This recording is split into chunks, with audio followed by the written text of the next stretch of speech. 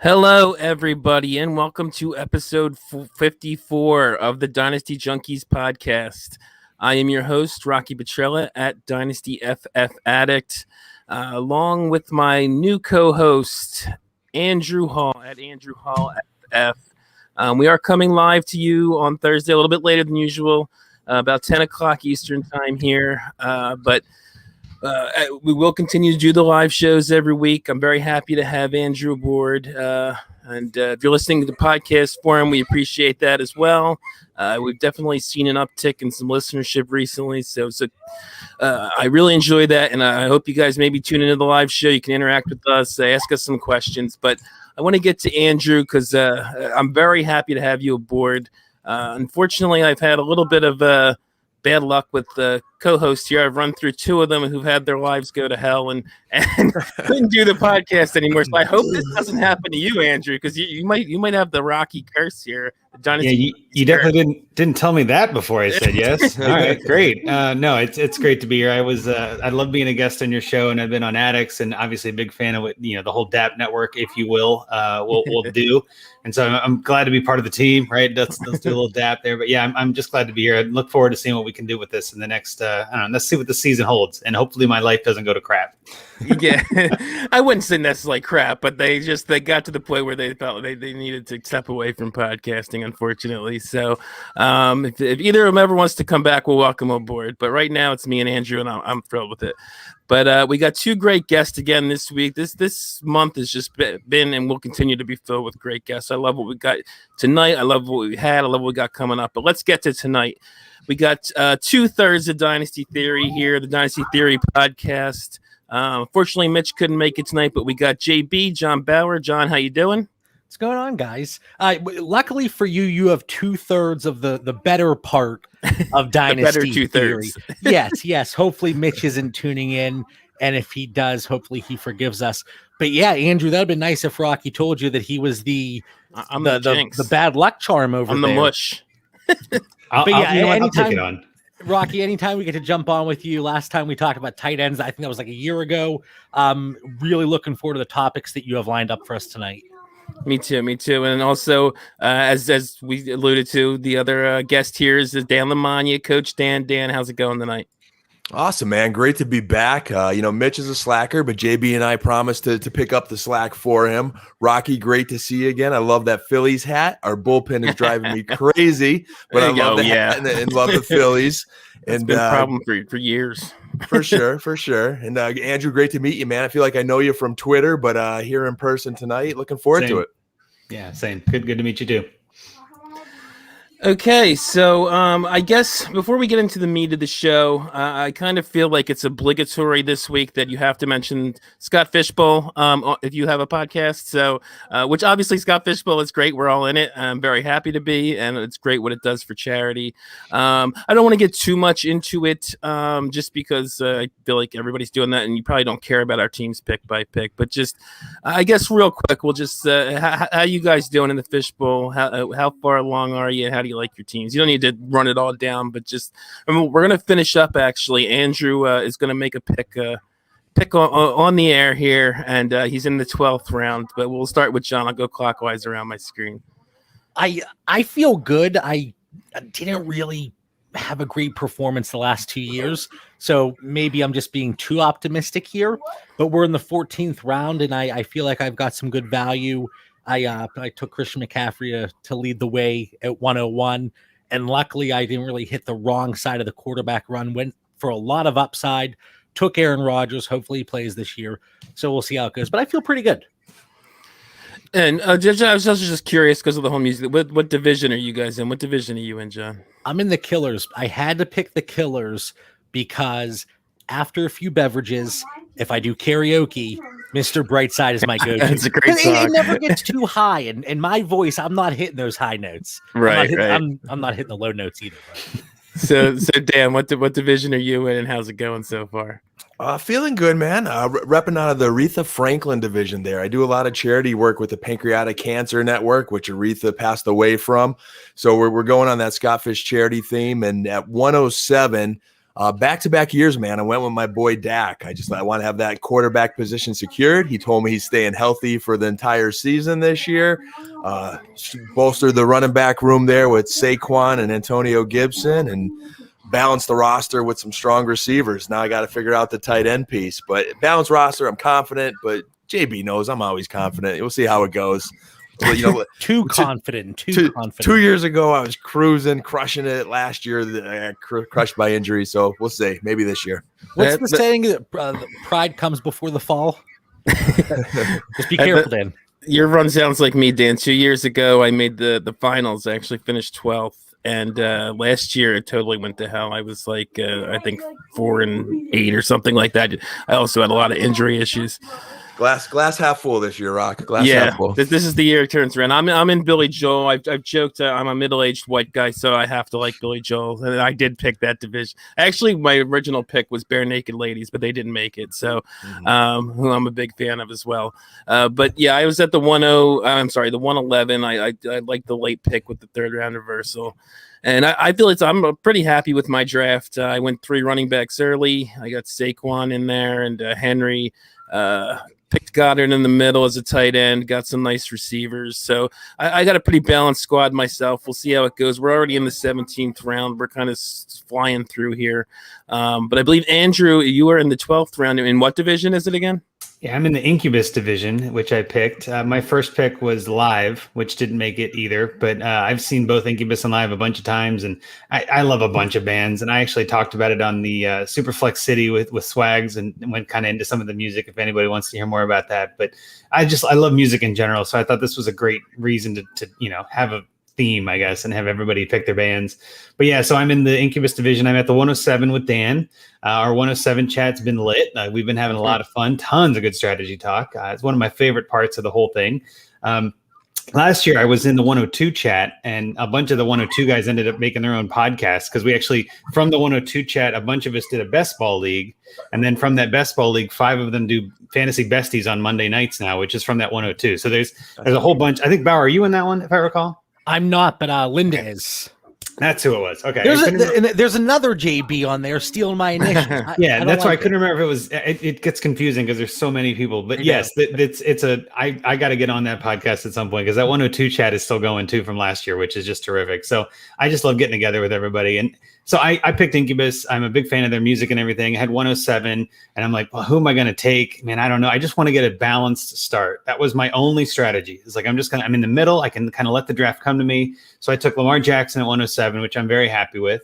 I got Alvin Kamara to fall back to me at the 206, which, again, very happy with that. I'm like, Alvin Kamara in the second. I did not see that coming. I took the first receiver, Tyreek Hill, at 307 or 306 because of the reversal. I was like, I'm fine with that. And then I got Mark Andrews at 407. I'm like, I'm pretty happy with that start. Ever since then, I feel like every pick has been like stubbing my toe, right? So it's just how it goes in this thing. But last year I did pretty well. I got the bye even after drafting McCaffrey and having the injury. So I'm feeling pretty lucky. We'll see how it goes. But yeah, I am on the clock with my 1207. I pretty much got it figured out. I would like, maybe you guys talk me out of it if it's a bad pick. I'm not going to go through all the options.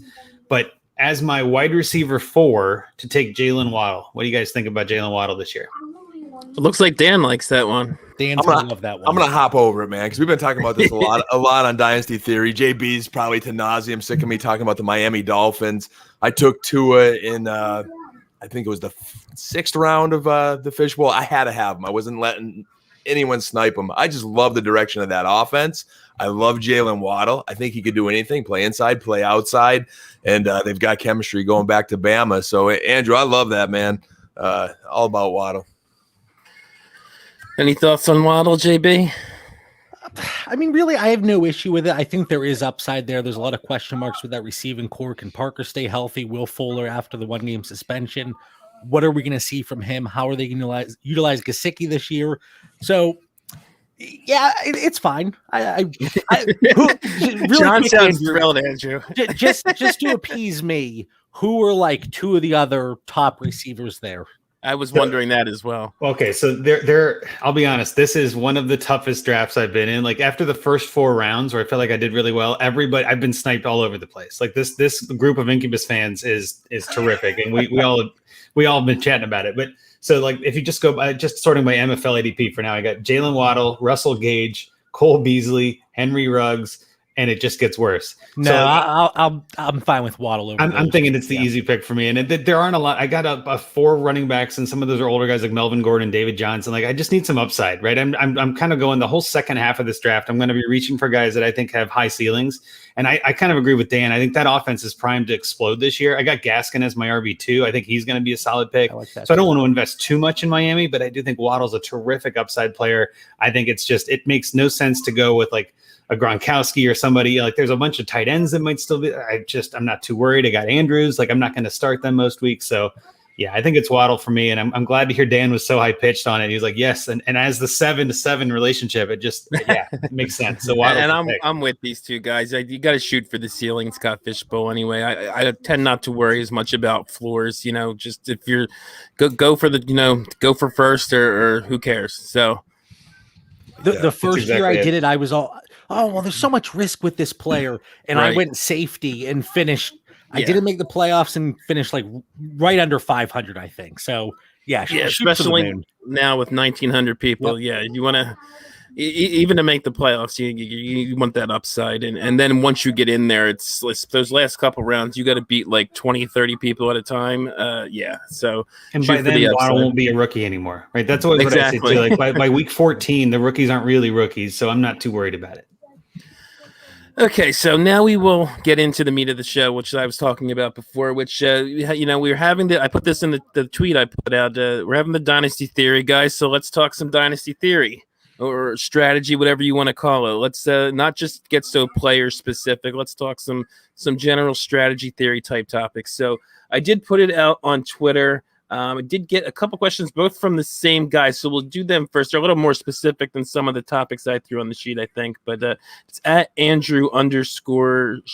I hope I said your name right, Andrew. Shuba.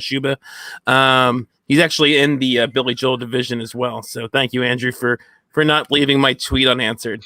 And his first topic that he brought up was targeting sleeper players in trades without arousing suspicion. Oh, I want to jump on this one. As soon as I saw this, I'm like, I got a fun story. So Andrew. I'm obviously an analyst or an expert or one of those people that, is on Twitter and does this not for a living, but does this for a hobby and actually takes it serious. And so in my home league, I was targeting some players and I was talking to a buddy of mine and I've got DeAndre Swift. He's got Zeke. I'm like, well, maybe I can get Zeke for, Zeke plus for Swift, right? Like maybe I can make that move. And he's like, wait, why do you want Zeke and why don't you want Swift? What do you know that I don't know? And all this. And I'm just like, oh. So like it seems like now, and maybe you guys in the theory, you guys have done this for a year or two yourself, right? A little while. You've been in this game. You kind of get it too, where it's like people start suspecting, why do you want this player? So I would love to have an answer to this. Also, my answer to this is do it as that like secondary throw in, right? Where you're targeting someone else and then have it like, well, let's just to make it even, why don't you throw in so-and-so? But it can't be like a big value player. Otherwise it looks ridiculous. So, but yeah, I've had the same problem myself for anybody I'm targeting. People go, what do you know? I'm not trading him. Nope. He must be good. I'm not trading him. I hate it. And that's exactly what I was going to say. If it's a high value piece, there's no way around it. But let's just say, for example, Russell Gage, let's say that's your target, not just going out and saying, hey, Andrew, I'm interested in Russell Gage, blah, blah, blah. And then instantly your spidey senses start tingling and you're like, well, why do you want him? So if you go approach the manager and you have another piece in mind, and then you bring in Russell Gage as the secondary piece, I think that's the way to do it. For the most part, I think a lot of us are in leagues with people on Twitter and people that are really, they spend a lot of time playing Dynasty and focusing on things throughout the offseason. So there's really no concern with it in that regard. But yeah, a home league, if one of your buddies, I don't know, Andrew, this is kind of sketchy. Something's going on here. I can certainly see it in that situation. But yeah, bring it in as a secondary piece. This was a good question. I think a loaded one too. And I guess my only advice would just be to be honest if you get called out. John knows. I mean, we're in a gazillion leagues. John's in 10 million leagues. But I'm very active with the trade. Dan, you're glitching. I know. Game robot, Dan. No glitches. Tell me I'm good. You're back-ish. Am I back-ish? Yes, you're back now. I don't know what happened there, man. It's every once in a blue moon. But I was saying though, we're in a ton of leagues. John's in 8 million leagues, but John knows I'm a super active trader. And there are times I've been called out, and sometimes for no reason at all. It's like, well, you have a podcast, so you know something. I know nothing, but sometimes we do know something, you know. And Andrew Hall might have had a real insightful tweet that says, hey, this guy's going to be hot this year. I was like, no, what? He's got a good point. So then what I normally do, if I really want a player because I do have some kind of insight, I'll send a ton of trades out in all my leagues. And again, sometimes someone will call you out. What do you know? And I just be honest, you know, hey, I did read something or I heard something. Could be right, could be wrong. Because even when you do hear something, it's not always right. But that was a good question and a fun one. I want to tag on that. For just a second. Just real quick, because I think you hit on something perfect there. Like, you know what I've actually done in that same home league is I'll trade for other players. And so it ends up getting lost in the fog. Like I'll make 3 trades. You know what I mean? Like it'll just be like a bunch of trades and nobody knows who I'm really targeting. So maybe that's an option. That is interesting. The fog of war kind of a thing. That's the only thing I can come up with. Yeah, I think you guys have mostly covered it. And I was actually going to mention this at the top. I actually got a root canal today and then stupidly decided to do 2 podcasts back to back with a sore mouth. So I'm fine letting you guys do most of the talking tonight. But I did want to, the only thing I'm sorry I interrupted you, Andrew, because the only thing I was doing was making a joke is JB. I know on your guys' last episode, you talked about taking out that Cleveland dysfunction sounder for Dan. I think you got to replace it with I know nothing. That's a good one. What he just said, they cut that and then put that there. No, I would love it if you could clip that for me. That'd be great. Just Dan starting the show. I know nothing. You can have fun with that. Yeah. But okay, we'll move on to Andrew. Not our Andrew the from Twitter. His next question is: when do you expect to be out of Fab, or do you keep a little for playoff injuries? I will chime in on this one since I didn't really say much in the last one, and I'm just gonna say I'm with, and I've heard JB talk about this. I'm with John in that that is probably my biggest weakness in general is that I don't. Like I don't think I'm in as many leagues as John, not by a lot, but I am in 30 plus leagues, and trying to deal with waivers in 30 plus leagues is just so tedious. So I tend to ignore them most of the time. If there's a guy out there that is like in the preseason, maybe that a lot of people are talking about, and I know he's probably going to be available, then maybe I put more time into it. But I probably skip at least half my leagues every week, if not more, in terms of waivers. So I tend to end up the guy with like the most fab later on. So if somebody did happen to get injured and like, Mike Boone was on the waiver wire like a couple of years ago, then maybe I can get that guy. But I tend to leave a lot into the season just because it's too much trouble to do it earlier. And only if there's a big name, like quote unquote big name, which is like a third string running back in most dynasty leagues. But that's when I tend to spend mine. So I leave a lot into the season. But what about you guys? This is a fun one. Go ahead, Dan. Yeah, JB, if I could hop on this one first, man. This is probably my favorite question in all of the show notes there. And I like that you trade for Fab, don't you? Oh, I do. Like I'm building a reputation. I don't know if it's good or bad, but like I literally had one of our league mates, John knows this, gift me $1 Fab for my birthday last week because of how much I like Fab. He literally sent me a trade and gave me $1 for nothing. And there's people in the chat saying, "What's this?" You know. And so we had a little fun with it. But you mentioned being aligned with JB there, and we were busting John, Mitch, and I the other night of he's a month. He wanted to talk about Fab. He was so excited. He went through all his 8 million rosters, cleaned them up, was picking up guys, and Mitch and I's like, John, we did this last month, like because we're kind of on the free agents and the Fab, and that's an area I love. I do try to save some Fab. I always try to get that something to go home and tell mom about in my trades. Where if I was offering Andrew a trade, I'd be like trying to get nickel and dime him for $10, $20 here, but it gives me that little bit extra later on, and it's just every roster is different and depends what guys you're chasing. But for some reason, I just have fun and take pride in that Fab. In terms of leaving Fab on the table, spending it too early, if it is a deeper league and if it's a 14, 16 team super flex league and there's not much out there, if Rocky, like you mentioned, if there's any type of splash in preseason early in the season, I'm going to blow the whole budget. I'm just going to go after the guy. If it doesn't work out, it doesn't work out, but it's a deeper league. There's not much out there anyway. So I'm going to go for it.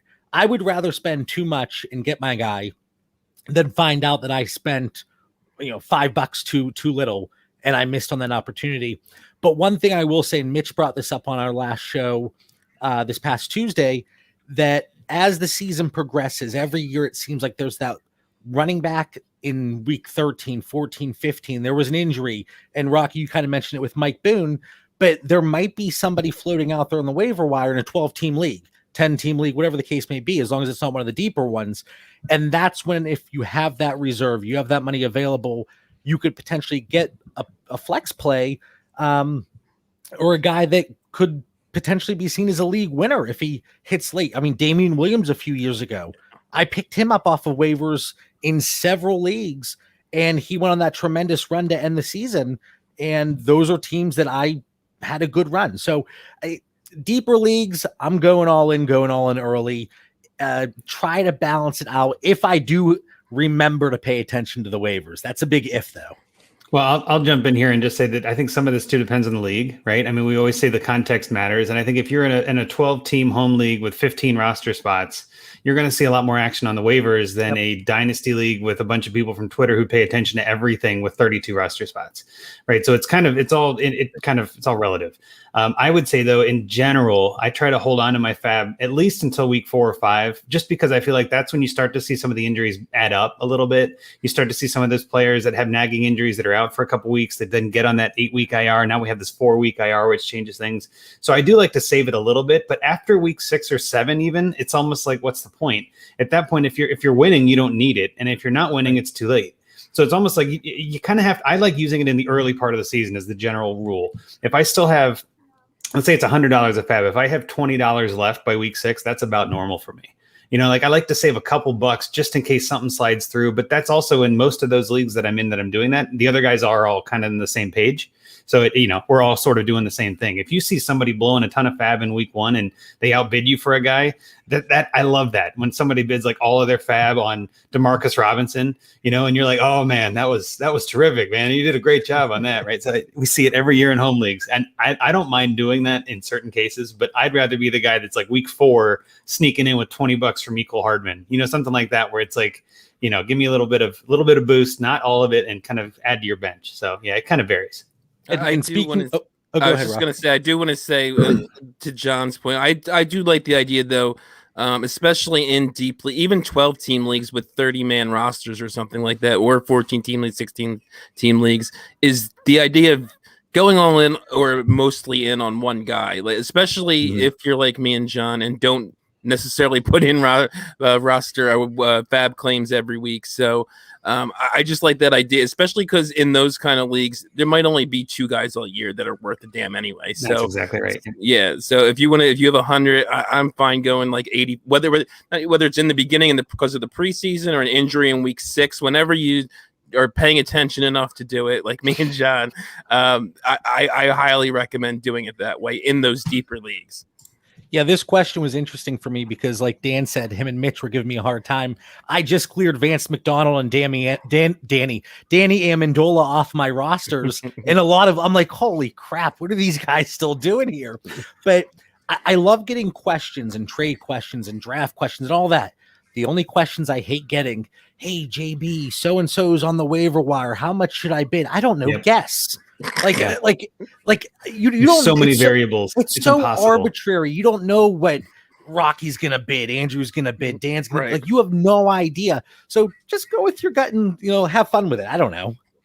Yeah, I think it's more important to the deeper your studying is to know the player will help you determine how much you should bid. I think to Andrew's point of that recycled player, maybe a DeMarcus Robinson, that you're not going to really be keeping them long term. There's really no long term future there in your dynasty roster. So why overspend? Knowing the player and what the potential is could help determine that. No Wayne Gallman. I'm telling you right now, Wayne Gallman is doing something this year. I'm telling you. For the Niners, yeah. I'm telling you. Everyone else is on Mostert and Sermon. John's all about the Gallman. I'm telling you. For $1, John. For $1. Or 39, either one. Okay, so we're gonna move on. Those are the only 2 questions we got from Twitter. I came up some general topics for us to talk about as well. So one thing I wanted to talk to you about here is I kind of frame them in sort of like a narrative, a statement that a lot of people will go by. And one of the first ones I put on here was, you should always be looking to sell players at peak value, regardless of your contention stat, whether you're rebuilding, whether you're in contention. This is one I hear a lot, especially in the podcasting world. And I'm not sure I necessarily agree with it, but I want to get your guys' takes on it. So, Andrew, I'll go to you first, and then we'll get to the guests. Yeah, so a couple weeks ago, I wrote an article for Fantasy Pros. I want to say it was actually maybe back in May, and the idea was, players to sell for contending teams, and Jonathan Taylor was on that list. Got a lot of reactions from people on Twitter. They're like, why on earth, as a dynasty contender, would you be selling Jonathan Taylor? And I was like, well, if you read the actual article, the reason I said it was his value may not be higher than it is right now. This is back in May after the draft. Everybody's all hyped up on Jonathan Taylor. They just got Carson Wentz. I'm like, if you can get a haul for someone like that, go get it. I entirely agree with the statement. I think that if you can sell for the right price at the peak value, it doesn't matter if you're contending or rebuilding. If you're selling it for the right value, you're not losing any value. So what's the difference? If you can sell for the right price, anybody should be available. So I fully agree with that. And I think sometimes too, you get to see every league is unique, kind of what John was saying before too, where, there's so many variables. It's almost impossible to give any generic advice anymore. Right. And just say, sell everyone. That's generic advice. Well, so I should sell Jonathan Taylor for Michael Gallup. No, that's not what I mean. Like, if you should sell at peak value, get a big haul back, then it's worth doing. So yeah, I definitely think that's the way to go. And I think that's how you just add value to your roster over time. I think too, if you're contending, you can, look at your roster, see where you have weak spots, sell a peak value guy for a slightly downgrade at that position and upgrade massively in another. Your roster is going to be significantly better in the end. You're much better contender now. So yeah, I think as long as you can get the right value, everybody's available. I don't disagree that everybody should be available. I guess my issue sometimes with it is, like, you talk about, if you had sold, you're talking about selling, you're even talking about selling Jonathan Taylor. You could be missing out on great years of Jonathan Taylor. And, if you look at the Twitterverse, a guy you could be selling Jonathan Taylor for is Cam Akers Plus, who I am not high on. Some people are. And if I'm right, if you don't get it right, then you really just screwed yourself. That's my issue. Like, I was even more thinking. Yeah, I'm more thinking about this with older players too. Even not necessarily old, but like if you sold Julio Jones at like 27, 28 because he couldn't get any higher, and maybe he didn't get higher in value, but you missed out on like 2 1,500-yard seasons or something like that. And now maybe it looks good 3 years later, but you also missed out on 2 years of production. So yeah, but it depends on what you got back, right? I guess that's the whole thing, right? If you don't think Akers is the right guy, then don't trade for Akers. Like, that's obviously what this is about. I know, but I'm saying, I think in general, people, when they do something like that, are often, especially when you're talking about the tier I'm talking about, when you're talking about like guys at the peak that are not Jonathan Taylor. Like, for Jonathan Taylor, you can get almost any other running back. But and I guess you could with a guy like, say, Devontae Adams last year or Julio Jones a couple years ago. But then you are most likely going down to a younger guy, and he's most likely not the proven producer that Julio Jones is or Devontae Adams is. And you're assuming he's going to, even last year, it would have been tough to get much on top of CeeDee Lamb. And we're assuming CeeDee Lamb, for Devontae I'm talking about, and we're assuming CeeDee Lamb is going to be great, but we don't know. And so, that's the thing. You have to get that right, unless, I think your point's a good one, Rock, and that your player evaluation is going to be important. I agree with Andrew's take, and I'll take one from Mitch. A quote he said years ago that I've never let go of when he referred to his dynasty rosters. He goes, "All my guys better have their suitcases and not unpack them. Be ready to go at any time." And to Andrew's point, hey, if he's at peak value, I do want to trade him, but I do need to be careful. Like, don't be hasty. So if Jonathan Taylor is that example, okay, what young running back do I know that could have a good shelf life, replace Jonathan Taylor, and I'm still going to be solid there, and then get that plus that Andrew's talking about? So you're right, Rock. You got to have a good player evaluation to support that statement. But I'm with you, Andrew. The stock's high. Let's sell. Well, it's all market speculation, inevitably, right? That's what this is. You're trying to potentially selling at peak means you're thinking it's only going down. So you're selling a descending asset, and it doesn't matter how old they are. You think they're descending. Like, to be honest, you could argue that Christian McCaffrey is at peak value. Right, he's at RB1. Can you get higher than that? I don't know. I doubt it. right? Can you be RB 0.9? Like how high can you get here? So I think at that point, if you're selling someone and you believe at their peak, then you're going to get a terrific, because their peak, it's the best value you're going to get. And if that's descending and the other guy's ascending, you're going to make value. It's just, it's numbers. It's tough because your evaluation has to be right. And that's like, you hit the nail on the head there, Rocky. If you think Akers is the next Taylor and you think you can get Akers plus Higgins for Taylor, I'd do that trade. If I think Akers is going to be the next Taylor, you know what I mean? Like there's it depends on that plus. That's always what it is. I'm not doing Akers and Hines for Taylor. You know what I mean? Like that plus is going to make and that I get that too. Yeah. And again, like I said, especially with guys are going to produce. Like I think we know Jonathan Taylor is going to produce, but I'm not even talking maybe more beyond him. Like his value's up there, but in terms of proven production, like I said, it's certainly possible that Akers and Higgins would be workout, but it's also possible Higgins never finishes higher than wide receiver 15 the rest of his career, and Akers is an RB2 the rest of his career, and you just gave up 2 RB5 seasons from Jonathan Taylor. I feel like we undervalue production sometimes too much as a dynasty community. I want JB to chime on this one too, though, before we move on to the next one. I'll try to be quick because, like Dan said, he's looking to spend some time with the family tonight. So I could talk about these questions seriously until tomorrow morning, probably. But in our intro, we talked about intro and Dan saying there's too much dysfunction in Cleveland. In our Dynasty Theory intro, I say I'm looking to sell everybody price dependent. So essentially, it is this topic, this prompt. And it's easiest. So if I'm looking to talk to league mates about players I'm looking to move, of course, it's going to be players that I believe have a higher perceived value than the value I put on that player. I'm not right now going out and shopping Ronald Jones typically, because typically the market is not there on him. But one thing that I really like, I like how Andrew framed it, the overall topic and conversation with Jonathan Taylor downgrading and getting a significant piece added. I have trouble doing it with running back because give me that high end production at running back. But then I like the idea for quarterback and wide receiver, and something I've done recently, Justin Herbert. I think his value is tremendously high right now. Do I think he maintains it for at least 2-3 years? Sure. I love Justin Herbert. But can I pivot off of him and get Russell Wilson plus? Can I do, Russell Wilson plus Cooper Kupp for Justin Herbert and a lesser wide receiver? That's something I've been able to do. So I'm bolstering that position elsewhere while still staying in that top-ish tier of quarterback. Something I love doing with the wide receivers, moving a piece like CeeDee Lamb, moving a piece like Justin Jefferson, and downgrading to a productive receiver. Maybe it's a Cooper Kupp plus a first and a second or something like that. So you're not really losing out on much production now, and you're getting those pieces down the road and extra capital and possibly trade leverage. So overall, I would say I'm looking to move every player, but you're not moving them just to move them. Right. Andrew said I got to move Jonathan Taylor. Let me get, Michael Gallup in a bag of peanuts. Depending on how big the bag of peanuts is, maybe. But overall, like, you still got to shop around, and if it's not there, it's not there. Don't force it. So overall, I love the general idea.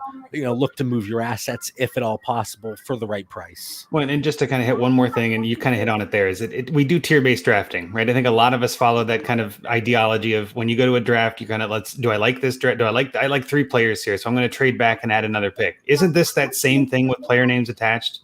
Right? Isn't this that same basic principle? Like, yes, it peak value and all this, but like you're really just doing the same basic idea. You're trading back to get downgrade a little bit and add a little value somewhere else that's going to be an ascending upside guy. That's basically all it is. Like a few years ago, and I keep saying I'll be brief, but really quick.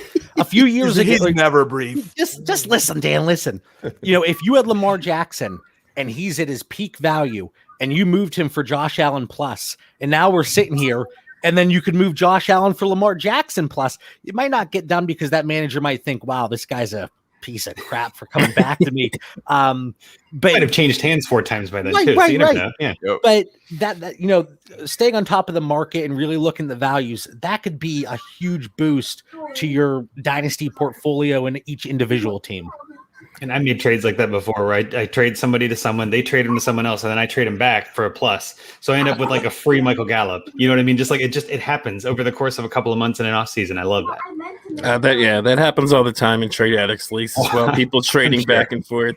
I just want one thing I do want to say is that I'm definitely all for everybody's available. I have no problem with that. And I think part of the reason maybe I'm disagreeing with you guys, and especially Andrew specifically, is I think I was looking at it, and JB kind of made this point of when people say this, that you're sort of like, I should be shopping, Devontae Adams or Lamar Jackson when they were at peak value, which I'm not necessarily doing. I'm looking, especially in some of the examples we've had here, like Lamar Jackson, which, of course, as Andrew knows, and maybe you guys do if you've ever listened to me, I rarely have a Lamar Jackson type. But if you have those guys, so I just think that I'm not necessarily looking to sell them, which is, I think, what that statement is somewhat implying, that this guy's at his peak now. You need to try and move him. You understand what I'm saying?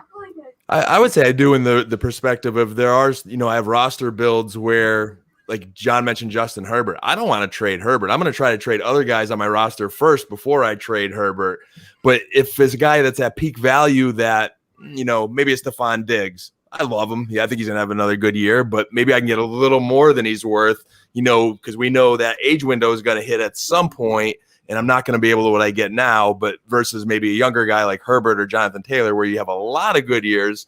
Running back's a little more volatile, but he's going to play for another contract yet. So I think you're going to get a lot of good years out of Jonathan Taylor. It seems like other way, the diagonal pairs are agreeing more here, because again, when I go into a league chat and I say player A, B, and C are available, it's typically those high end pieces. One, I like to minimize my risk if at all possible, and in a game where it's nothing but risk, it's funny to think about minimizing risk.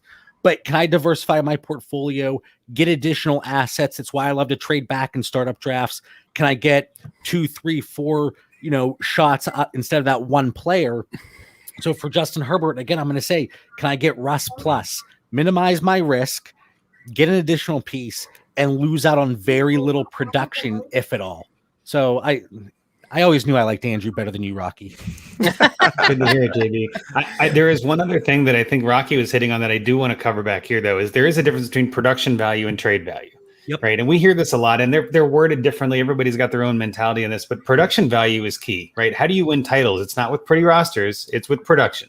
You got to put up points. You can have 18 firsts over the next 6 years. That's great, but you're not winning titles with that. That's a CD in the bank. That's collecting money. It's not depreciating at all. But at some point, you got to cash that out and turn it into a pick. And I think we've all been in leagues with people where they trade their first for a future first and a future second. And you're like, great, you added value, but how is that helping your team? You know what I mean? Like there is a difference in that. So I don't want to get caught up in the fact that value and trade value is key. It's not. And you're right, Rocky. There is a little bit of a production value that you have to take a hit. If I'm trading this guy and getting good trade value, what is the production value delta? Like, what am I losing in production? Am I losing 2 points a week or 10 points a week? Or am I making that 10 points a week up? So that conversation does need to be had when you're making and setting up that kind of trade. So I'm not just saying trade for value and just be done with it and be blind to the whole season. The whole reason we play this is to watch the games and to score points and to win titles. So you're exactly right. You can't lose too much production just because you gained on trade. Doesn't mean you win. You got to win production too. You're right. And I'm not. What I'm saying is not totally again. I mean, I'm for trading. I mean, John's speaking my language, talking about trading down a quarterback. I do that all the time. I'm not against trading down, within a tier, maybe right down to the next tier. Again, like I said, to me, that statement has always kind of implied this idea that I need to get rid of proven producers, basically, because they're at peak value, and try and get ascending assets. But I don't think it's necessarily, and I'm a guy who generally does not always, but I tend to weigh more heavily the production side than the trade value side. I'm always trying to win that next year. So that probably factors into it. That kind of goes into the question that I put on the sheet too, where it's like, there are a lot of veterans that don't have a lot of trade value, but have a ton of production value. Yep. Right. And there's a bunch of those guys that you can get as throw-ins. Like T.Y. Hilton was a throw-in on a trade recently because the guy was like, I don't think it's a dynasty league. He's middle of the pack. He's looking to get younger. And I was like, well, throw in T.Y. Hilton and we'll call it a day. But T.Y. Hilton is probably going to be my wide receiver 7. But to me, as soon as he starts blowing up and starts, actually producing and showing his production value, that's when you flip him for a future second from some team that's desperate to get because they had a receiver injury. I mean, it happens every year. We see players go down in week 2, 3, 4, and you got other managers trying to scramble and trying to stay in the hunt and all this. And that's when you get your veterans. That's when you sell them. Right now is when you buy them. Right now is when you're in the offseason, when there's all this hype around the rookies and all these rookies are getting all the attention and values going crazy. You can get T.Y. Hilton for nothing right now.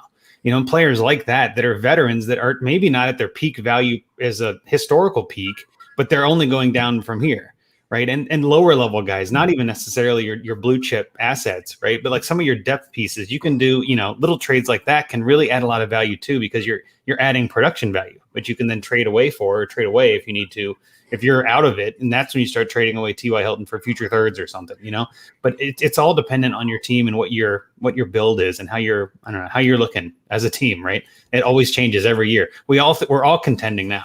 Every team is contending now. As much as you say you're not, you can look at it. I've seen it happen. You look at a team that's not contending and they're 4-0.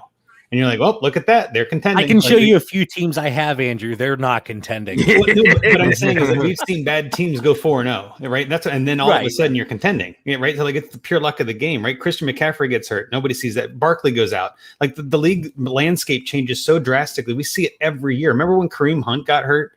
Right? Or no, it wasn't Kareem Hunt. It was Jamal Charles got hurt and Kareem Hunt elevated and took his spot and became the guy, right? And we see this every single year where some crazy thing happens. So, I mean, I don't like when people say things like, well, I'm out of it this year. I'm rebuilding. It's like, come on, man, it's July. Nobody's rebuilding all the way. You may be retooling. Like, let's add a little value, but, no one's out of it.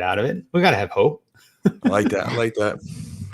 Okay, and this trading down thing kind of sort of ties into the next one I'm gonna go into, because it was one of the examples I had when I put this on here. I wanted to give you guys, and the idea was that cause I put in Superflex because I was specifically thinking about quarterbacks when I wrote this on here, is that it's worth paying up simply for job security and or youth, not production.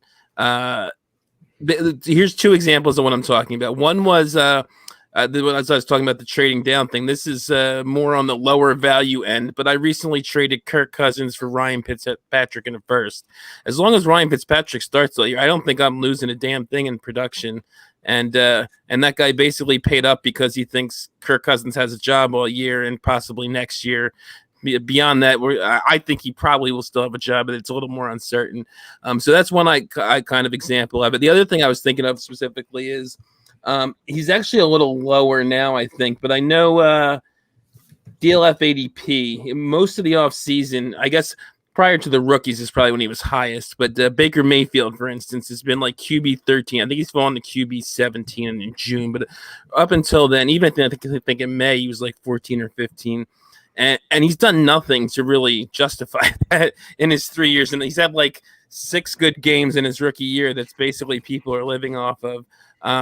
And he's basically that high, and I think has even the trade value to back that up, is because he's young and he has job security. Everyone assumes that after they went to the playoffs last year, he's going to be the quarterback. There's already talk of an extension, that kind of thing. So that's basically what I was thinking. Is do you think it's worth it to pay for guys? And I almost even think you can tie some of the rookies into this. Obviously, we think they're going to produce, but a lot of their value is also tied up in perception and job. They're going to be the starter or at least on that team for the next 2 to 3 years, most likely 4, because that's how long the contract runs. To me, Trey Lance being in the first, the top 12 quarterbacks is crazy to me, but I know it's not to other people. So I've rambled on long enough with my sore root canal mouth. So JB, you want to take it from me here? So there certainly is. Again, I was talking about trading down from the highest of tiers, and like I keep saying, Justin Herbert and Russell Wilson. But once it gets to a point, I don't know that I'm far off in terms of taking Cousins in that Fitzpatrick first trade that you mentioned. I don't think either side is a loser necessarily, but give me that assumed 2-year starter at least, because Dynasty, everybody wants to look 10 years out. We don't know what's going to happen tomorrow. And I think the whole COVID situation, that should really show us the level of uncertainty. But for me, quarterback, I'm looking more for security and stability rather than youth. So guys at the top of my rostership, Ryan Tannehill, Matthew Stafford. I have a lot of Josh Allen from when he was a little bit lower valued, but that's kind of the tier that I fall into with quarterbacks that I'm acquiring. So I like this question a lot. And for me, it's certainly more important for the security rather than the youth. So. And it's funny because again, I'm probably going to be the opposite of everyone else here, just like the last question, because I that's what allows me to play the way I do at quarterback, where I don't generally draft the top guys. Is I mean, I like having a guy that I know, like Kirk Cousins has been my guy all this offseason, in part because of that, because he produces. He doesn't produce at a Herbert level necessarily, or what we assume Herbert's going to do going forward, what he did last year.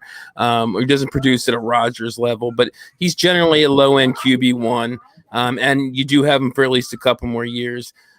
And I totally agree with you. I hate when anybody ever says you're going to have this quarterback for the next 10 years. I'm not going to have any player for the next 10 years. So. I'm lucky if it's the 10 days. Yeah, I hate that. But I just generally don't worry about job security, which is, like I said, what allows me to play this low-end quarterback kind of wheel thing I do, where I just revolve around. Like I said, Cousins is my guy this offseason. I had a lot of Rivers and Breeze, so now it's become, the Cousins and the Ryans. You can even get Tua if you want a younger guy at a pretty cheap-ish price compared to some other guys. Tom Brady's somebody I'm getting in leagues. Yeah, I still believe he plays another 2 years. And then just think about, like I said, I'm a little bit more higher tier than you seem to be, Rocky. Mm-hmm. But look at the quarterbacks we've been able to get mid to late first over the last few years, even early second. Josh Allen. Justin Herbert was slipping. Zach Wilson in a lot of drafts. That's still to be seen. Mac Jones.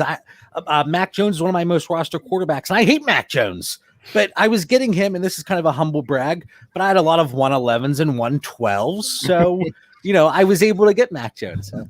When you have 100 teams, you're going to have a lot of 111s and 112s. But John had 20 111s and 112s, but he had 100 teams. That's why he has so many teams. And then I had 80 101s. Yeah. But yeah, I mean, that's part of my strategy too. With doing this low end quarterback thing is I do like to take them in rookie drafts. And usually, like you said, I pointed that out in the past when kind of touting this strategy, is that there's always almost every year there's a guy you can get in the 108 to 112 range. And often that guy ends up being better than at least one of the other guys that was taken at 102 or 103 or whatever. So, Andrew or Dan, me and John have been monopolizing the conversation. Either you want to chime in? Maybe I'll kick you off, Andrew, here with I'll add a couple of thoughts. And I think I like talent first. I'm a little different than you're there, rocking with like quarterbacks. I love to have one elite quarterback if I can. So most of my rosters have a one of Dak, Josh Allen, Mahomes. Yeah, it depends on the league who you could obtain. So I try to have one. Then my number 2 quarterback normally, it's again a bet on talent. This year, I mentioned being high on Miami and what that organization's doing. I coach for and was involved in football up to 20 years, so I love organizational builds. John knows I love talking about the NFL and the teams and the coaching changes. So I just love the direction of organizations like Miami, like Carolina. Andrew's Bengals, I think, are doing some things that are, I could see it. I could see a vision there for their offense. So I like to get those kind of quarterbacks. But the job security piece, I think, more impacts my rankings a little bit. I don't know if I'm necessarily paying up, but I'm paying. Like I like certain quarterbacks that I do feel are more stable because I don't want to get stuck in. Like I have a couple rosters that had Andy Dalton and Cam Newton, and it's like the worst feeling in the world right now. So I've spent some of my offseason just strengthening some quarterback positions on rosters. But even running backs, we talk about quarterbacks. I like some guys this year, like Damian Harris, who's sliding kind of late. Zach Moss, who's mixed bag there, but I think they have security and some talent. Again, I'm not paying up. I'm not overpaying. But if I could get some rosters with Damian Harris as a RB3, RB4, boy, he's in their plans. So I think that job security factors in, but talent first. It's funny. I don't think Dan and me could ever co-own a team because like half my rosters are living in that. Well, that's not as much now, but going into the offseason, we're living in that range where they had Cam Newtons and Andy Daltons and Drew Brees retirings and things like that. That's kind of my dynasty life. A lot of the offseason is churning quarterbacks and figuring out where to get the next one from. Okay, but I guess we're getting kind of long here. So do you guys, there's a few more topics on the sheet if you have up in front of you. Is there any one that sticks out to any of you? You want me to just pick one more before we move on to Find Me a Trade? I like this one just because, so we have the Discord chat with the Dynasty Theory team, and this was something that came up today, coincidentally. Picks more than a year out are always worth less regardless of perceived value of the class. Go out there with a 2022 first and try to trade it for a 2023 first. See what happens. That's getting declined 90% of the time, I would say. And there's a lot of people trying to make that move. And somebody recently offered me a 2022 first for my 2023. I declined it. I rejected it. And that's just the way. And it really is just amplified with this Twitter echo chamber and the Devi folks who do tremendous work. But we are just 2023 is going to be a huge year. 2022 down year compared to other years. So everybody's doing it. And I think that's a way to take advantage of that. If you have everybody preaching, hey, 2022 is going to be a down year, go out there and get those first, those seconds for a really reduced price. But yeah, I thought this was an interesting one because I don't think it's always the case. And then we were talking like, what did it look like in 2016 for people that were playing Dynasty? Because I wasn't playing Dynasty then. If you had a 2016 first, oh no, 2017 is going to be the class. It would have been interesting to see how it was then, but maybe not so much just because information wasn't so readily available and at times regurgitated. Well, I'll jump in here just for real quick. You're not wrong at all. This is a topic that comes up every year, and I feel like, in back to the production value, I'd rather have a 22 first than a 23 first. Right? Give me that extra year of production. I'd rather take the risk on a guy now and then wait with that in my bank account and not use it. I also am one of those people that almost always ends up trading my future first for a player that I know. I'm not necessarily a bad drafter. I just think drafting in general is risky. I'd rather take a known risk than an unknown risk, right? Rookies that come in the league, they always have the best profile. They're always this time of year, every rookie is fun, a stud. Andrew. It is fun. It is fun. And I'll say this too, though. And this is a common narrative we've all heard, right? I can trade that 23 first away and I'll get it back later, right? I've got a whole year to go get that back. At the same time, there are times I've seen this happen, like I just said before, where somebody trades away I'll trade my 108 for your 23 first and second. It's like, well, give me the 108. You know what I mean? Like, I think I get that. Like, I'll take that 108. I'll take the risk and see how it goes. At least I can see if they produce now. Some dynasty leagues aren't even around for 4 years. So why are we waiting 2 years to make a pick? Like, let me just get that on my roster now. Let me get the win now, I had two leagues full this offseason. I had one, but part of it was my fault because I was like, it was a free league and it's like, I'm just not into this anymore. And everyone else is kind of like, yeah, me too. But what I'm getting at, I guess, in all of this is I would rather have the earlier known asset than the unknown. And I think anytime somebody says that so-and-so draft class isn't that great, come on, guys, it's July. How many times this time last year, we all kind of knew the quarterbacks are good. We didn't know what running backs were coming out. We didn't know what was going to happen. Chuba Hubbard. Remember Chuba Hubbard last year? Everybody was talking about. He went nowhere. So even we don't know what we know a year from now. The college season this last year was crazy anyway, but the college season is just as wildly fluctuating as the NFL season. So I'm almost of the mindset of, the picks, I'm not too worried about them. I'd rather trade them away for known assets, and I'd rather trade further ones for more recent ones. That's just the way I play it. And think about how bad those 2020 receivers were supposed to be. And it ended up being a historic class. Yep. And what you two guys, it's funny because it's exactly why I put this on here. Is everyone's talking about that 2023 class. It's kind of like the 2020 class. I first got heavy into Dynasty Twitter and just building up way too many leagues in 2018. And in 2018, people were already talking about the 2020 class. It's like that with this 2023 class. Man, N'Keal Harry is going to be so good. That's the other thing. Like, we don't even know what we know, right? Like, honestly, we don't even know landing spots. We don't know who's coming out. We don't know the landscape of these players. Like Rondale Moore. Oh my God, what a beast. He goes to a place that's like, meh. You got Terrace Marshall. Oh my God. meh. I mean, like it's Rashad hard, Bateman. right? It's hard to get too hyped up about these players without knowing landing spots. Now, that being said, I am a fan of the player over the opportunity because opportunity changes significantly faster than talent. But all that aside, opportunity is still what tends to get them on the field, which, like we said, scores your points. So, like, if they're not scoring me points, I don't really care. You know what I mean? Like, I'll wait for the dip. And guys like Kyle Pitts, who are going crazy high in drafts, give me at least a year to see if that's for real. I'm not risking it that kind of price in most situations. I did want to say too or actually, what I wanted to ask JB a question with the 22-23 thing. I get what you're saying about trading straight up.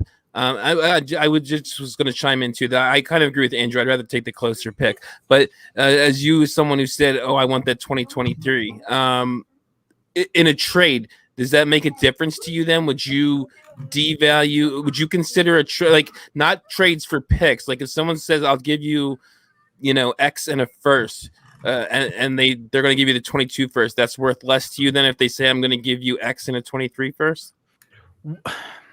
That's a loaded question, Rocky. That's why I asked it. It also depends on the team. There, and like Andrew said, there's a lot of gray area. You can't just have a blanket statement. So if I'm looking at the team and if it's their 2022 first and they have an aging team, but I think it's going to produce, that's probably a time that I might want their 2023. But there's a lot of factors. But I absolutely see the point. And I've done this. I did it last year. 201 came around. I'm not going to mention the name Keyshawn Vaughn, but let's say he was off the board and T. Higgins was there. That was somebody that I really liked. And he was slipping 201, 202. I moved a 2022 first or a 2021 first to get that pick. So I'm going both ways. And it ultimately goes with that first question we talked about. Where is the value?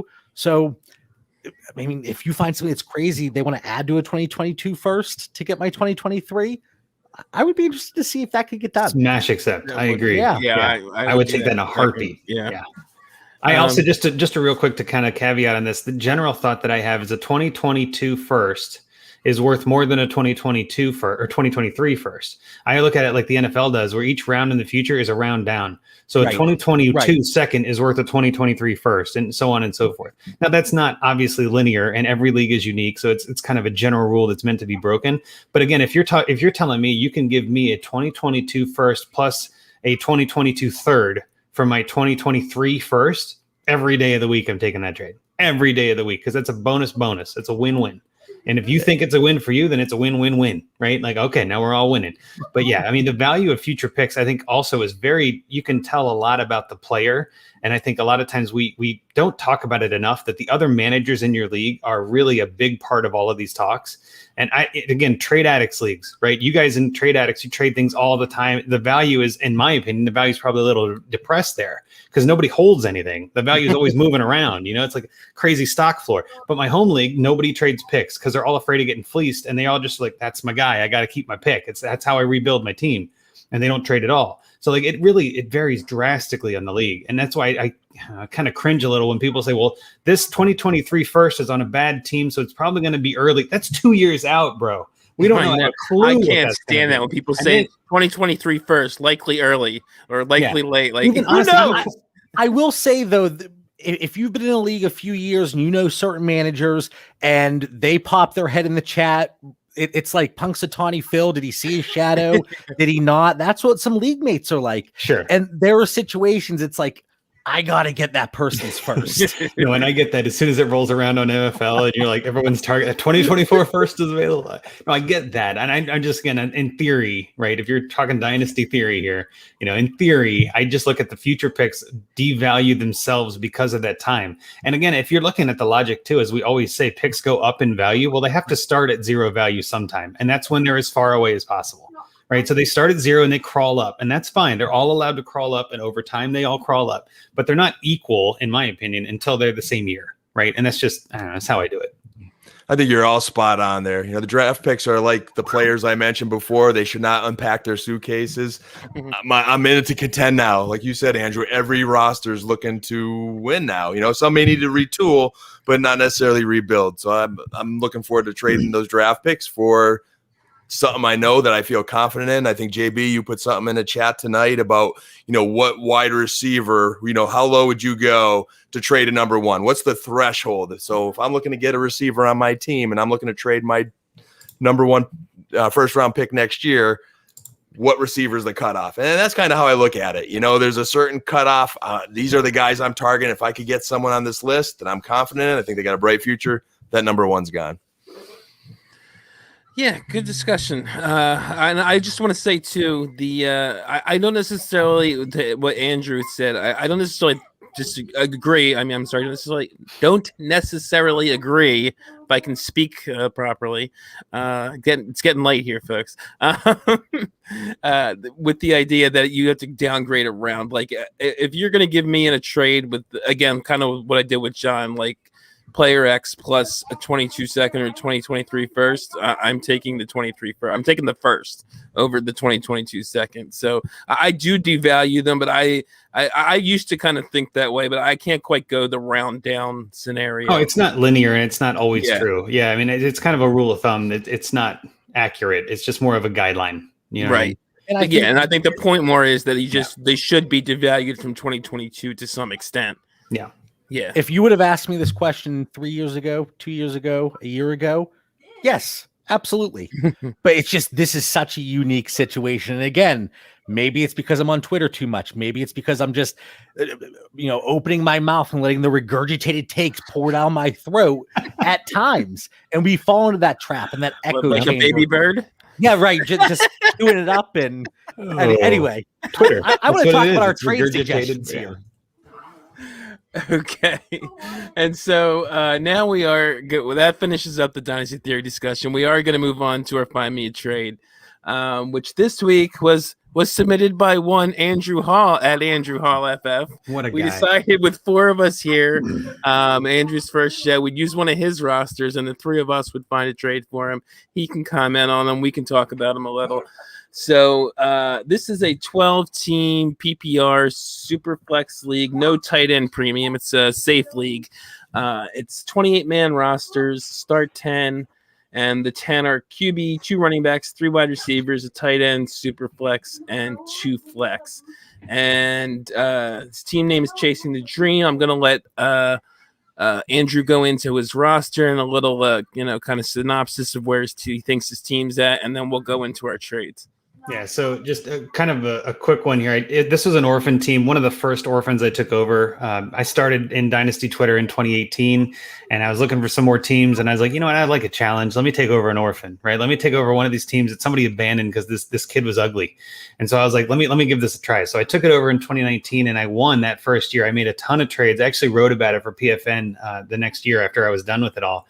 And I was pretty middle of the pack last year. I really didn't do that well. I think I was like 6 and 7, just one of those teams that just not quite good enough. And so now I'm just not really sure what to do with it, right? My quarterbacks need help the most. I think that's where I'm the weakest. And I'll kind of hit some of the highlights. You can see it on the screen if you're watching on YouTube. But I did get Mac Jones as like the 111. I didn't earn the 111. I had traded for it. But I got Mac Jones, Drew Lock, Ben Roethlisberger, Teddy Bridgewater to lock up that Denver quarterback position. And then Andy Dalton and Taylor Heineke. So I've got really nobody there that Dan would call a stud quarterback, in my opinion. Those are all kind of meh guys. Yeah, Andrew, when I'm worried about your quarterback position, it's a problem. Are you worried, Rocky?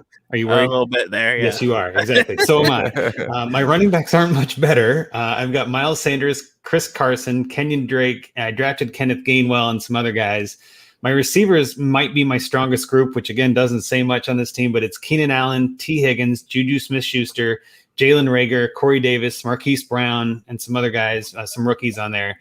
And then tight end, I've got Irv Smith, Tyler Higbee, Dawson Knox, and David Njoku. So as you can tell, there's no one on this team that I see it anyway that I'm like, well, that's my foundational piece. Like there's no one here that just screams, okay, let's build around that, which makes it tough for me. On a lot of the other teams that I'm rebuilding, I have a Lamar Jackson or a Calvin Ridley or somebody that I can just latch onto and be like, all right, let me trade that away to get a bunch of other assets. I just don't have anyone left for that. So that's kind of the highlight of what this team looks like for now as kind of a base. So I did see the trades. I'm really curious to see, Rocky, do you want to go first with yours or do you want to go last? I was actually, what I was going to do is me and JB kind of did something similar. Yeah. So I was going to let Dan go first and then we would Okay. get into the other two.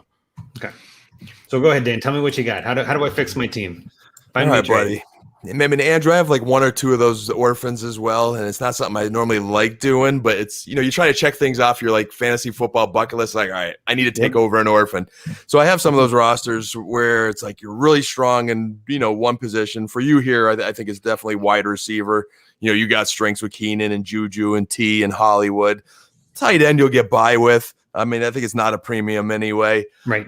Running back, you got a couple pieces, but it's thin, and then quarterbacks, it's like you said there.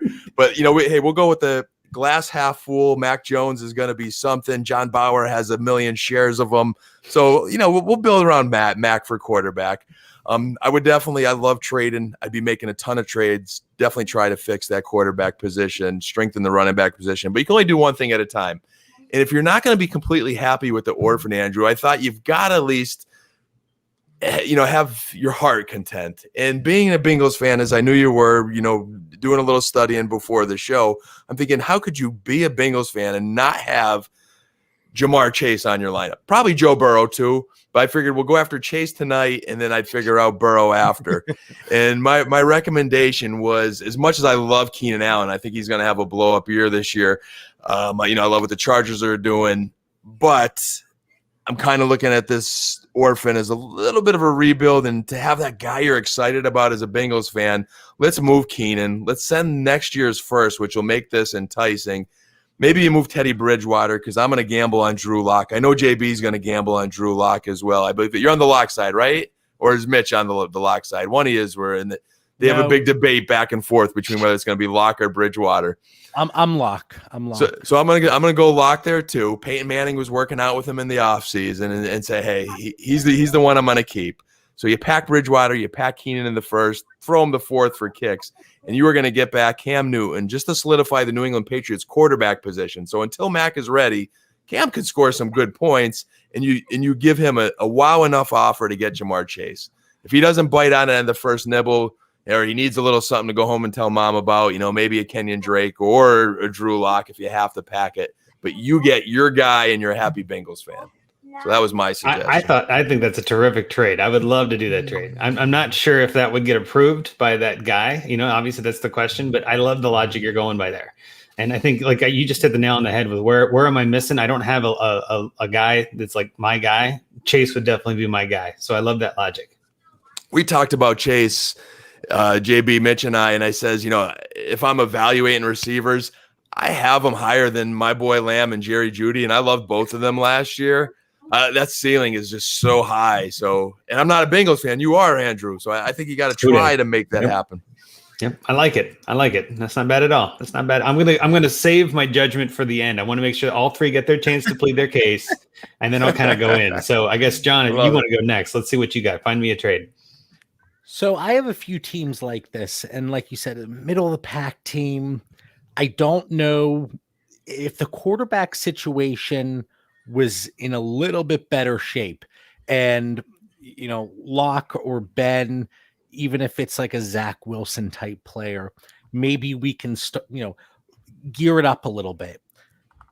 But I say burn this thing to the ground, Andrew. I say that with a monsoon of respect, really. So ideally, as I mentioned before, you have a high value asset. Look to break that up into several pieces if possible. And like you said, you don't really have that. So a trade I put together, and the team is Tour de 2, I think. Tour de TO, yeah. Tour de TO. Packaging up Miles Sanders, and maybe even to start, I don't think Chris Carson would even get accepted. So I tried to come up with something that I thought might get accepted. So Miles Sanders, Keenan Allen, and Ben for Darnold, Mooney, and the next 2-year first round picks. So 2022 and 2023. Of course, it would depend on Tour de Tio and how they feel about their team if they want to move those first round picks.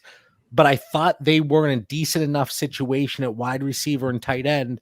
If they view Ben as a win now piece and they're skeptical and hesitant about Darnold, Keenan Allen, win now piece. And then Miles Sanders, I know a lot of people, there are varying opinions within the dynasty community what his value is, but get you, 4 pieces for your 3. You move on from Ben Roethlisberger, who might have just this 1 year left. Sam Darnold, he very well could have 1 year as well, but at least he gives you that opportunity to have something beyond 2021. So that's where I went. No, I don't mind that at all. And I'll just jump in with this and say that team, I think that would be a good trade for that team. I think if I had that team, I would probably do that trade. And the reason I say that is Miles Sanders would be their running back 3. You know what I mean? And their current third running back is J.D. McKissick. And right. That's how I consider, right? So they're pretty weak at backup running back. The other thing is their third receiver is Mike Evans. Their fourth one's Tyler Lockett. They got Curtis Samuel. So they don't need receivers, but Keenan would be a big boost for that team. So I'm looking at that and thinking what you said, like, yep, that would be some good additions there. And Ben and Darnold, I think in some places this year, you can almost see them as about equal. There's a lot of risk on both sides. Darnold's younger, but who knows if Ben could play longer, right? Ben could be the next Brady. We don't know. So I think that's not a bad idea to kind of get a little younger, take a little risk, try to find an ascending asset. So I don't mind that. I don't mind that. That's not bad. Andrew Rocky, might even be able to get a little bit more in that, John. He might be able to get some that. I or think some my value is pretty you know. close on that one, though. Like, Well, I went, I think, a little more conservative, and because again, I tried to come up with something that I thought had a good chance of being accepted. Yep. With the way their roster was made up. So, yep. No, and I'll go into the values in a minute because that's a good point. But can you guys trade Fab in this league? Yeah, there you go. Let's get a couple bucks thrown in for Dan. No, but Rocky, what's your trade? I know yours was kind of similar, or at least had some of the same parts. Yeah, it was similar. I went even kind of bigger than maybe John did. Mine's got lots of players in it. But I the main kind of core of what I was looking at is basically what John was saying. Your team here is basically the definition of middling for me, which is where you never want to be. And I don't really see a path in the very near future to improve it to a point that you're contending this year. So let's tear it down somewhat, or at least get younger. So I'm more kind of retooling and trying to get you younger than John was, maybe, who got you 2 firsts in his trade. I did have a first in mind, but what I did was Keenan, Miles Sanders, Chris Carson, and Drew Lock to that same team for Tua, Terry McLaurin, and a 22 first. Now, I'm not sure if you can get all 3 pieces with it. I would even be willing to add some other pieces in if he wants a Higbee, if he wants a Corey Davis, if he wants a Teddy Bridgewater, some of these ancillary pieces you have that also are probably not going to help you very much. I'd even throw them in. If you want to give them 6 for 3, including the pick, I'm fine with that. But basically, I just... I don't care. You have no running backs after this trade because basically you just have those 2 guys. I'm fine with that. The higher your pick is, the better. You definitely hold on to your pick. You get the extra first. Keenan still holds pretty decent value for a 29-year-old. He was the 12th in DLF ADP in June. I don't know if he's maybe valued really that much across most leagues, but he's not super far off from Terry McLaurin despite the age difference. And Terry's not as young as some people may think. He's 25 now already. He was an old rookie, but you're still picking up quite a few years. I love Terry. I think his value is going to shoot up this year. I think with Fitzmagic there, he's going to produce well, and that's going to, because he is still only 25, 26, not the 28 receivers are dead zone yet. So he's still going to shoot up in value if he has a good year production wise. And I think the same of Tua. I'm with Dan. I like Tua. I like that offense improvement. And I think he's going to shoot up in value. So you either get 2 hopefully good producers going forward, or maybe trade pieces next year if you want to move on from them and flip them for try and get more, make a profit off of them. And for Tour de Tio, he's clearly trying to compete now with some of the assets on his team. And you actually made one of the points I was going to make, which is that he only has the 2 running backs. So I mean, you have to start 2, so he has 2 starters, but he has nothing behind that. I don't know that he necessarily needs 2 more, but it wouldn't hurt. Like you said, and again, you said the same thing I was going to say. Keenan, he doesn't necessarily need a receiver, but now you're replacing Terry in this scenario anyway, which is, and maybe not losing much in production, if anything. I mean, I can certainly see a Keenan outscoring Terry this year. Yeah. And then you get the first back, and as a competing team, he might be willing to part with that first, figuring it's going to be late. But even if it is late, it's still 2 for you. So that's basically where I was looking with it. The only thing I'm a little uncertain of is the value. I mean, these are older guys. This may work better for you to do it in September, maybe like the end of September, rather than now. Say. Yeah. So here, let me jump in here because you're hitting all the nails on the head here. This to me was my favorite trade of the 3. No offense, JB. No offense, Dan. This was the biggest trade, I think, by far. I mean, getting back Tua is a pretty good linchpin piece, and a first, and McLaurin. Like, those are all 3 pretty solid pieces. So I like that.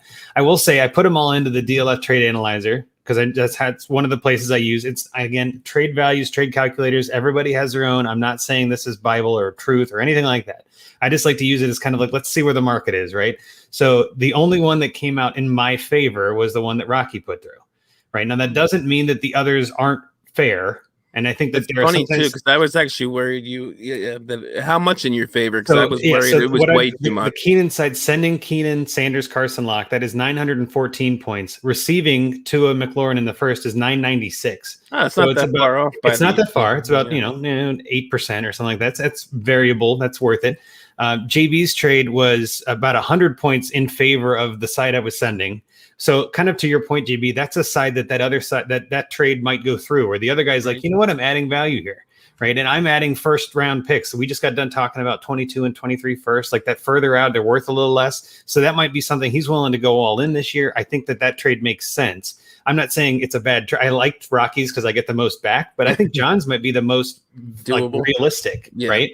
Which is an important component of it. It very much is. Yeah. Just to justify this trade further, I think a lot of that too, DLF, any trade calculator or analyzer, most likely is going to have Darnold creeping down there in the low 20s. Yep. Now, let's say he goes out there and the Panthers finish middle of the pack and he continues to grow in that offense and he's there beyond 2021 as their starting quarterback. Then maybe we see that value rise. The picks are a little closer, they're a little higher. So, well, and this is kind of like banking on those picks rising in value, really is what it is. And so this is, and to kind of hit on that same thing Rocky was saying too, the trade he mentioned was one that I think you might want to wait till the production value kind of kicks in. Whereas I think John's trade was something I could pull off today, right? Where they're looking to gear up for the season. The first round picks next year and the year after, they're not doing anything with those. Like, that's an easy one there. And not to leave Dan out. Dan, your trade was great. And I love getting Jamar Chase. You're exactly right there. But yours was a little bit more, it was close. It was closer than any of the others. But that one, the sending Teddy Bridgewater, Keenan Allen, the first and the fourth was 594, and Newton and Chase was 523. So again, none of those trades are bad trades. And I think this is where ultimately, to kind of use this as a pivot point, I think trade calculators have a lot of value just to show you if you're close. They're not going to be like, well, sorry, the trade calculator says you were 2 points off, so I can't do it. Like, well, no, that's not how that works, right? John made a perfect point. Of course, there are. I'm with Andrew though. That's what I use. Trade. I subscribe to DTC and I subscribe to DLF as a whole, so I get the analyzer, and that's basically what I use them for. And I just want to make sure that what I think is close enough to send over, because I don't like to lowball people, and I like to try. I generally kind of go with close to my best offer right off the bat. And so I'd like to make sure that it's not, something that they're going to be like, what the hell are you sending me here? We're all busy. I don't mind back and forth on trade negotiations, but if I send you what I consider is to be a fair offer and you come back and want a little piece, sure, go for it. I don't really care. If you come back and say, no, I want Justin Jefferson instead, or like, well, hang on now, that we're talking, we're way off. Let's move on. It's kind of a nice, easy break point. I rarely go back and forth more than 3 or 4 times on a trade, to be honest with you, because it just, at that point, you're not close. It's not going to happen. But I will say though that the Chase trade that Dan came up with, I like the idea of locking down the New England quarterbacks and things like that. I like kind of consolidating that. There were some trades that I made very risky trades. And as an orphan, and maybe this is just me, but I'm not giving this team back, right? This is my team until the league folds, which with safe leagues might be 20 years. So in my head, I'm like, I'm in this for the long haul. I'm not going to be one of those guys that buys a team, takes it, wins it, and dumps it because it's bad. That's not how I do this. So my logic on this is I'm in this for the long haul. If I'm in the middle for 3 years, then I've done a bad job. So be it, right? But my thing too is like I made some really risky moves in the offseason because I'm like, what's no risk it, no biscuit, right? So I traded away Stafford right before he got traded because I'm like, who knows where he's going, right? Mm-hmm. I don't know what's going to happen with him. Like he could go somewhere bad or he could retire. Who knows, right? So I also traded away. Actually, I had it up here. I had another trade that I was like, I traded away Julio Jones before he got traded. Right. Because I knew that the writing was on the wall there. I traded away Myles Gaskin back in May, right after the draft, because I'm like, I don't know if they don't sign Gurley or go get somebody else. Right. Like Gaskin may not be the guy. So like I made all these risky moves and now we're seeing the results. Right. Where I made risks that didn't pay off. Fine. You know what I mean? That's how it goes. So I've made this bet. I've got to lay in it. So that's kind of the ultimate thing here is, and maybe the message in the bigger sense is that just because you've got a bad team doesn't make you a bad manager. I've actually had some conversations with people on Twitter who are like, oh, that team's so bad. That guy must be bad at this. And I'm like, no, he might have just played a little too risky. And like John, when you get in 100 leagues, sometimes don't you make bad trades sometimes because you're just like, I had a wrong thing in my head, or I was thinking of this team was this team. Or like, I've done that before. Where I'm on vacation and I'm like, I accepted the wrong trade, but I accepted it. You know what I mean? Like I hit the button. You know what I mean? I don't even know what a good trade looks like anymore. To be honest, I'm just let's see what happens. Clearly, no, I'm just kidding. But no, I think that ultimately, and to kind of hit back to the trade calculator, the reason I use that is because there are so many variables. And I a lot, like JB just said too, like earlier, I'm on Twitter a lot. I'm in that bubble a lot. I hear a lot of things that I'm not sure if are true, right? And so I use that as kind of my level set. It's not the truth. It's more of like, guide me where I'm going. And if a trade is off 10% on either side and I like it, I don't care. I'm taking the trade. You know what I mean? Like, it's rare that I look at that but there are definitely times where I get an offer that favors me and I'm looking at it and I'm like, no way am I giving up those guys for those guys. You know what I mean? Because these are all ascending. These are all descending. Trade calculators rarely factor that in. And you hit on it perfectly, JB. Darnold is someone who I think is going to go up. You know, Mooney is someone who I think is going to go up. Those picks are both going up, right? So like, yeah, it looks bad on that side. And that's why I think that trade could get done the easiest of the three. So that actually might be one I send or some variation of that. And I will say too, just kind of as maybe a last point on this roster, I need to get rid of running backs. If I'm not contending, why do I have running backs? Right. And that's a dynasty theory that I think we all kind of ascribe to in a sense. If you're not contending, you should not. I'm fine starting Kenyon Drake and JD McKissick as my running backs if I'm not contending. Right. More power to me to lose. And at the same time, running backs decrease so quickly. Give me the picks. I'd rather have a pick next year than Miles Sanders at this point. You know what I mean? Like if I'm not winning, what am I doing with Miles Sanders? Let it get him on a contending roster. Get me some receivers or a quarterback that can hold value. So yeah, I really appreciate it. These are great trades. And I had not thought of really any of these kind of combinations. So this was perfect. I love your loyalty, Andrew. And I think all of us are that way from knowing you guys with when you take an orphan, you commit to it, you know, again, as long as everything's healthy, the league's healthy. And it sounds like that. And when I saw John and Rocky's trades come through, I love them, you know, and I was hoping I could bust John. I couldn't even bust John. He put a really legit trade out there and he always does. And then Rocky, I was glad he picked Tua because that is the quarterback that I went after in so many leagues. So that's the first one I'm sending. I'm going to put that one through right when we're done. I'm just going to send it, see what happens. We can go from there. And then that's funny too, because I purposely try not to look at the other trades when I put mine in. If you guys have gotten them on before, a lot of times I'm the first one, but you guys were actually really. Guys mentioned this in the chat. You guys are really good getting them on there early for the guests, so I appreciated that. But when they're on there, I try not to look at them. Then I did mine. I saw John's. I'm like, crap, we have like half the same guys in here. So. Hey, it works. What we don't know is your league mates, Andrew. So I do hope that you hit on that first trade. And if you don't, I hope you go to second, third, whatever order you prefer. And please post something on Twitter wherever you land. I'd be for sure. To hear. If and when I make a trade on this one, I'll let you guys know. And actually, there have been some put players on the block and things like that this last week with SFB kicking off. So I specifically haven't made a trade in this league. I wanted to see what you guys said first and kind of get some advice before diving in. But no, and it's when I'm in 20 leagues or 15 leagues or whatever it is, and it's hard to kind of babysit all of them sometimes, right? Some of them kind of get away from you. And then there are times where I open this one up and I'm just like, no, I don't want to look at that team anymore. And I just move on to the next one. You know what I mean? It's the redheaded stepchild. It's an orphan for a reason. So yeah, but at least I won it the first year. So I'm even money at this point. So it's all good. Yep, that's the way I look at it too. You get that win that first year, and it's like you're playing with house money for at least the next couple. Yep. So, but yeah, definitely great trades. A lot of great discussion. I really enjoyed this episode, talking different aspects of dynasty strategy, dynasty theory. So I appreciate you guys coming on to do that with us. I want to let you guys sign off, give your Twitter handles, and plug anything you want to plug. So John, go for it. Guys, this was a lot of fun. Like I said, we cut out half the show notes tonight. That's how and we still went almost an hour and a half. I know. Dan is so tired of doing guest spots with me because when he does a guest spot, he's like, all right, an hour, boom. I can't. I just enjoy talking with him too much. I can't, get away. But yeah, Rocky, Andrew, an absolute blast. Andrew, it was great finally getting to speak to you in person. I use the air quotes there.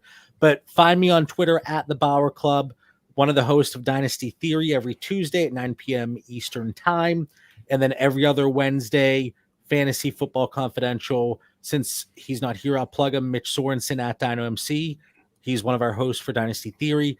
And then Linda G at Lindellians and Troy King at T King Mode on Twitter for Fantasy Football Confidential. But guys, an absolute blast.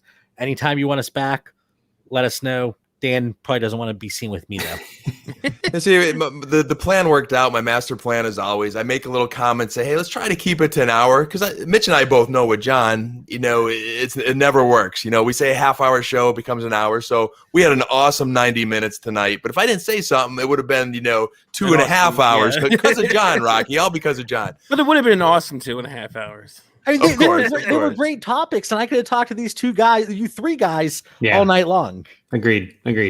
Always a blast. Dan, why don't you give your Twitter handle? Anything else you want to throw out there? Yeah, FF Coach Dan.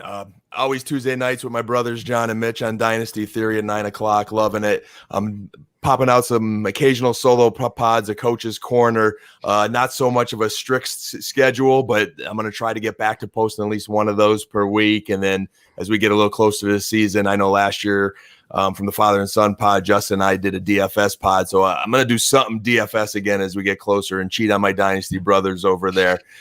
So appreciate you guys having me. Andrew, great to meet you. And Rocky, a pleasure as always. Yep, definitely. And so let me just finish up with some of our stuff here. I did want to thank Andrew once again for joining me in this new venture as co-host on Dynasty Junkies. I've always been a fan of Andrew's work, both writing and hearing him on podcasts. So I think it's going to be great going forward. I also wanted to mention next week, we will be live again, but it will be a kind of odd special time next week. It's going to be Friday at 2 p.m. We have a really cool guest. I'm going to reveal later this week, but I think people are going to like it. It's kind of an interesting one, a little different for us, but that's why we had to make it Friday afternoon. But let me just finish up with the rest of it. I am Dynasty FF Addict on Twitter. Andrew, again, is Andrew Hall FF. You can follow the pod at Dynasty Junkies. Also, make sure you are following DAP Network at DAP_network, as well as subscribing to the YouTube. That's how you can watch us live. You can watch Fancy Timeline live. And please make sure if you like the pod, please make sure you give us a subscribe on iTunes or wherever else you listen to podcasts, as well as a rating and review. We really appreciate that. Helps us out. And I think that will do it for this week. So like I said, we'll be back next Friday afternoon live, and then the podcast out shortly after. So Andrew, take us out. Junkies out.